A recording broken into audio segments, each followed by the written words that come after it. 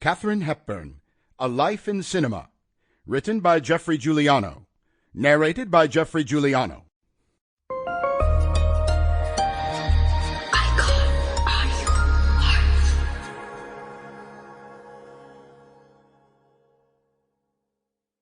Miss Katharine Hepburn.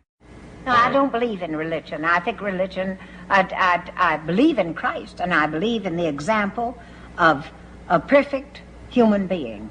That if, he certainly proved that if you can live for other people away from yourself, you will be happy. And if you live for yourself, you will be unhappy, and you will then not be able to sleep or do anything else, finally.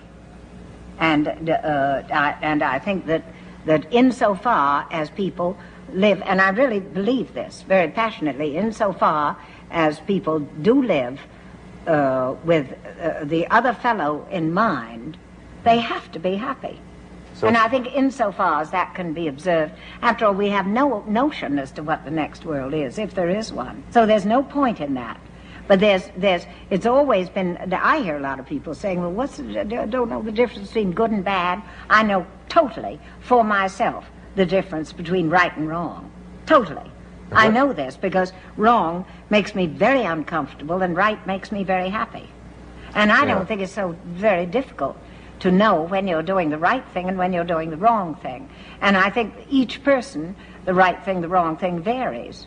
But committing a stinking act to someone else should make you unhappy. If it doesn't, you're diseased. And you certainly are miserable. Self-evident and decent behavior in relation to our fellow man is the source of tremendous joy and tremendous lack of pain. I mean, you can rise above, with the spirit, you can rise above anything.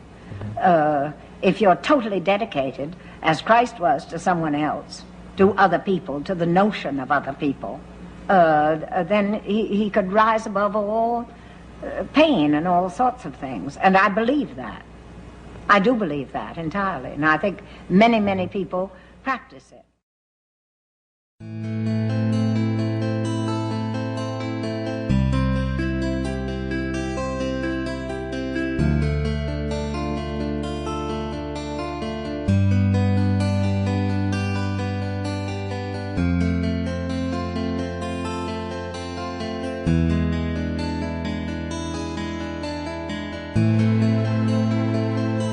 Katharine Hepburn, a Yankee in Hollywood's court, was nothing like the silver screen has ever seen before or since.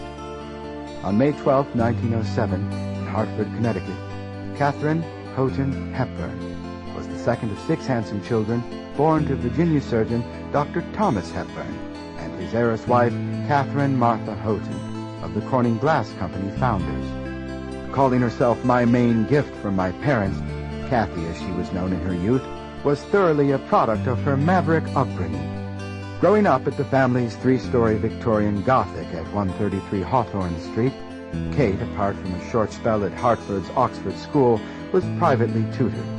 She spent many carefree childhood hours fashioning a homemade cardboard theater, with cutout actors and later staging neighborhood shows in the backyard theater which her father had built.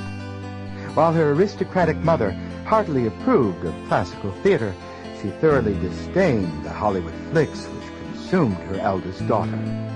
The only time Kate got her mother to accompany her to the local Majestic Theater, Mrs. Hepburn burst into a boisterous, sarcastic laughter, creating such a scene the usher forced the pair to leave. Katharine drew her fierce, competitive spirit from her red-headed, quick-tempered overachiever father, who instilled his win-at-all-cost attitude in his children. The surgeon organized weekly sporting contests, which featured reckless stunts like rappelling 60 feet down a rope and racing on a sled dragged across the Hartford streets by Dr. Tom's vintage Maxwell Roadster. At one point, the intrepid and daring tomboy Kathy, who could outswim, outskate, and even out-wrestle her 3 brothers, cut off her hair and assumed the persona of Jimmy, her male alter ego she even briefly resurrected in college.